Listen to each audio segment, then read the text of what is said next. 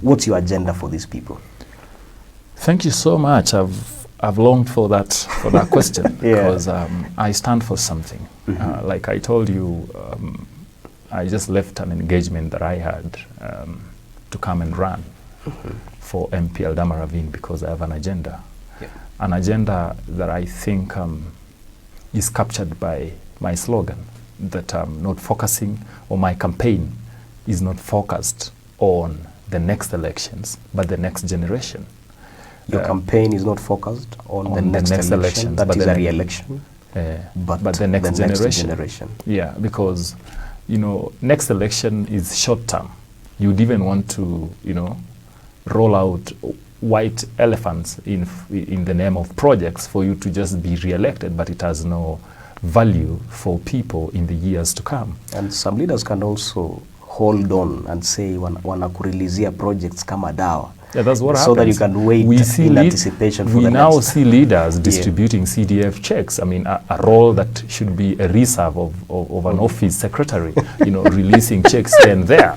And these checks are dated. I mean, I don't know which year, where have they been? Because those are people who are just focused in the next elections. And that is a politics of deceit that my campaign seeks to bring to a halt.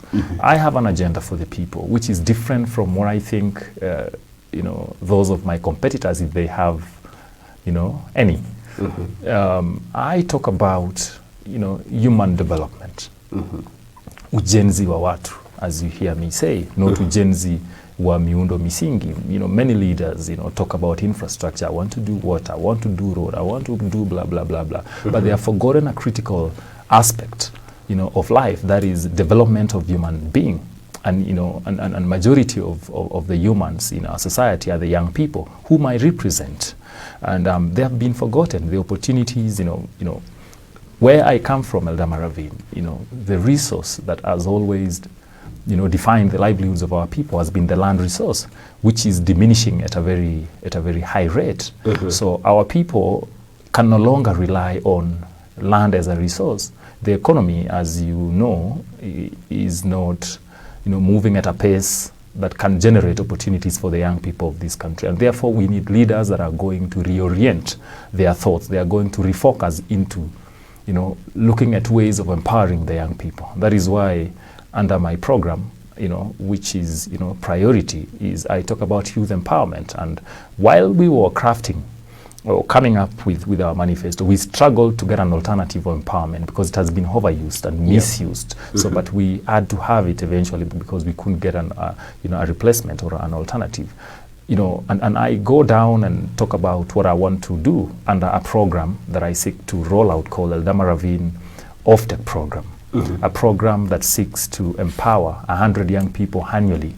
And equip them with skills and necessary skills that the market require. We don't want to train people, waste resources in training people who end up coming and become border riders. Not to degrade border riders, but we cannot crowd that enterprise. We should, you know, we should offload some people into other enterprises so that the other one becomes profitable.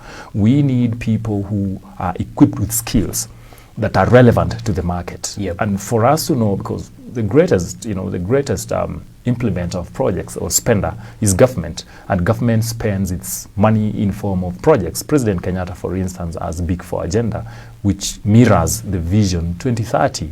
And some of these projects are big projects that are implemented in a period of, you know, of 5 to 10 years. And when you know, look through, you know, these projects, it creates an opportunity for our young people to earn a livelihood. But young people who are equipped with the skills that are needed during the implementations of those projects. So we need leadership that asks themselves or itself, where is this country headed? What are the projects under the Vision 2030 that we are going to implement in the years to come? And ask yourself, do we have the skill set? So you prepare these young people? We prepare in advance, and that's why I talk about the next generation. If I wanted the next elections, that wouldn't have been my priority, because these projects sometimes come in 10, 15 years to come. But we need to prepare them so that when these opportunities come, we have ready-made young people who are just offloaded into these opportunities. I think that makes a lot of sense, because in when did the SGR begin? The project began somewhere in 2014, 15 thereabout. And I could read somewhere, there was an article written by one of the opinion writers on the newspapers, and he was saying there was an acute shortage of people who could weld. Yeah, grade three welders and whatnot. Just because we have a leadership that is focused on next elections, we have a technical institute in Eldama Ravine. That is not enough. We should go deeper and ask ourselves, what courses are being offered in these institutions? You know, are they tailor-made for the market?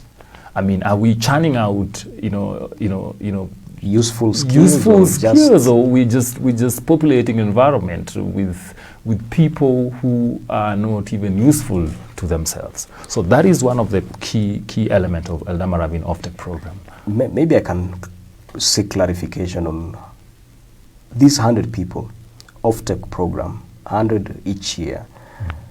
How are you planning to empower them with these skills? Are you taking them to local institutions, or how are you planning to? Exactly, local institutions. We have many polytechnics at the county. We will have to work with the county governments because most of these institutions, are within their realm. Yeah. And I will later on talk about, Eldama Ravine Leadership Forum, which I intend to create, that will bring together all the leaders elected and nominated from Eldama Ravine, so that we have a platform through which we can, harmonize and discuss how we can move the county forward. But just not to forget, under that program again, among the 100 that we will train tailors.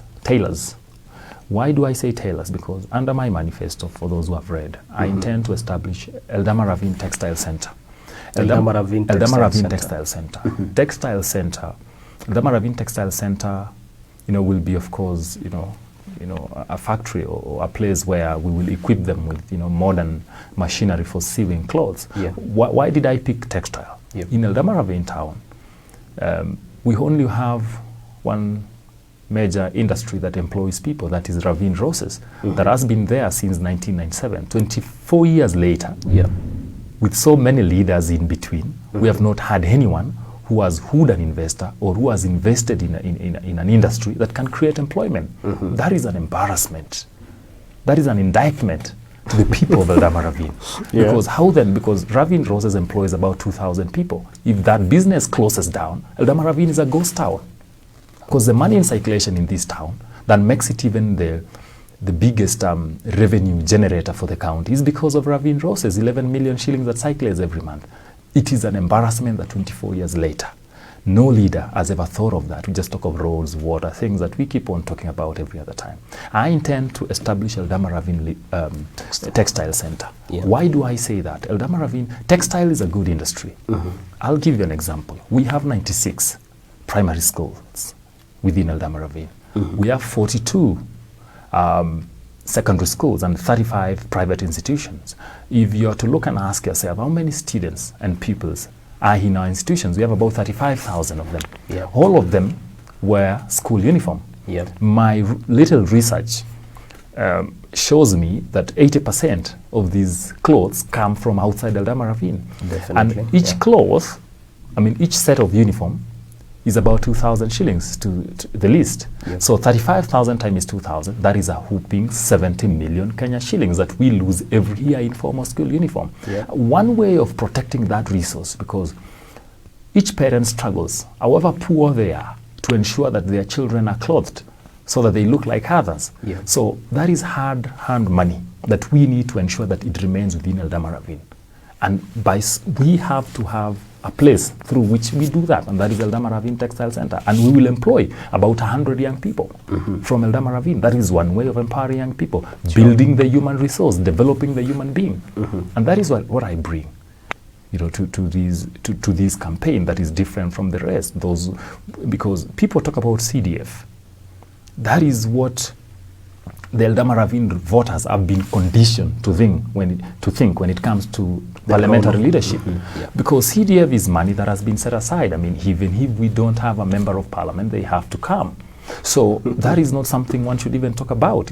And even, in fact, the CDF Act goes further to stipulate how that money is going to spend, 2% on environment, blah, blah, on this. So, there's no genius in managing CDF. So we need leadership that goes, over and beyond the usual. so that we are able to create opportunities for our young people. Because if we don't do that, what are we going to do to our children? Well, that is on the OFTEC program, and you've linked very well to the textile industry that you want to bring to this town. What other agenda are you using, or rather are you selling to the people when you meet these 650 people every day while campaigning? A lot more. I have a program about education. I'm a product of education myself. Had it not been for education, I mean, I struggled as a young person. I mean, those who know my life, I even brew busa to make a living sometimes in life. Wow. But it is only through education that the gentleman, with you now, is what he is. And that is critical. And that is why I've said under my manifesto, I am going to upgrade one primary school powered into a center of excellence. One primary school powered. So that means we'll have six of them. Center of excellence. Primary school so good, because look at what is happening in our schools. Those who are well-to-do in the community have moved their kids into these private academies and left the primary schools to the poor in the community. They can't even develop those schools, so nobody looked at those schools anymore. We need good schools so that that young person, that orphan, who, I was an orphan before, that somebody coming from that humble bag can have a good school that they can use as a platform to realize their dreams of becoming presidents, of becoming members of parliament like I do in the future. And we need to look into what is ailing our Eldama Ravine schools. Why are our schools not performing? We need to bring together all the stakeholders within the education sector so that we ask ourselves, why is it that our schools are not doing well? Why is it that our schools are not performing? Yet when our children who come out of our primary schools go to study in other secondary schools outside their constituency, they pass so well like some of us. Why are our secondary schools killing our children? And there's a huge conversation actually on that, because right now any working class person will not take their child to a public primary school. And I think that makes really a lot of sense. And in Rwanda, I mean, it is prestigious to be in public school in Rwanda. Where did we get it wrong? Because we have monetized education, and we need to look into that, more critically. Yeah. Whereas we appreciate the role of course, private sector in expanding access to education, we also need to ask ourselves, how do we ensure that those who remain in these public schools also, get fair opportunity just like the rest? Very well.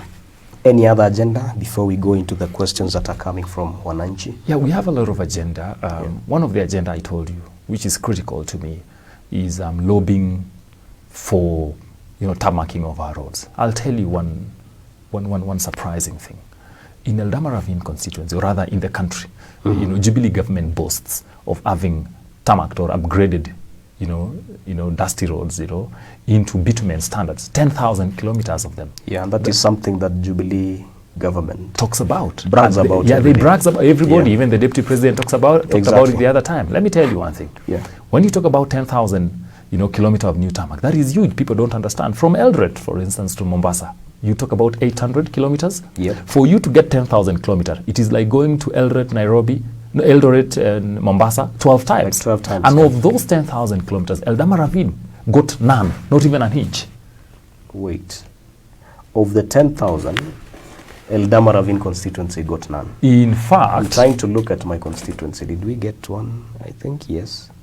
The one from Mochongoi heading to Marigat. There's something. We are 400 in Baringo, so maybe you benefited from the 400. Ours is about 52 kilometers. So yeah, you make the 400. Eldama Ravine, none. There's Baringo North, the one running from Ainapmoy, heading to Barwesa. Yes. And there's that one from Kipsaraman dropping down to... And they are ongoing ones, and none talk about Eldama Ravine yet. So we have...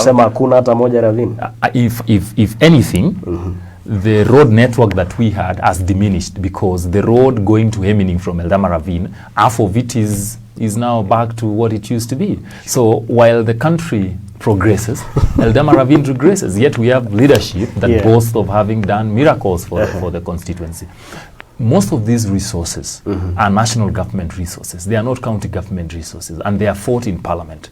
They are fought in those committees, because part of the reason why I say I'll establish Eldama Ravine Leadership Forum, so that we approach this issue as a joint force. I've never seen Baringo leadership go to Statehouse to petition for development like others do. It's unfortunate that we still have to petition development in Statehouse in the first place. But be what, what may, I've never seen them. I've never seen even people taking professionals to Statehouse. We see people going to, from other regions going to Statehouse, in out, lobbying for resources. None of us has ever done that, because each of us want to take, credit of one way. I mean, we have a problem of leadership. We have a deficit of leadership in Eldama Ravine, which my candidature seeks to provide, given an opportunity.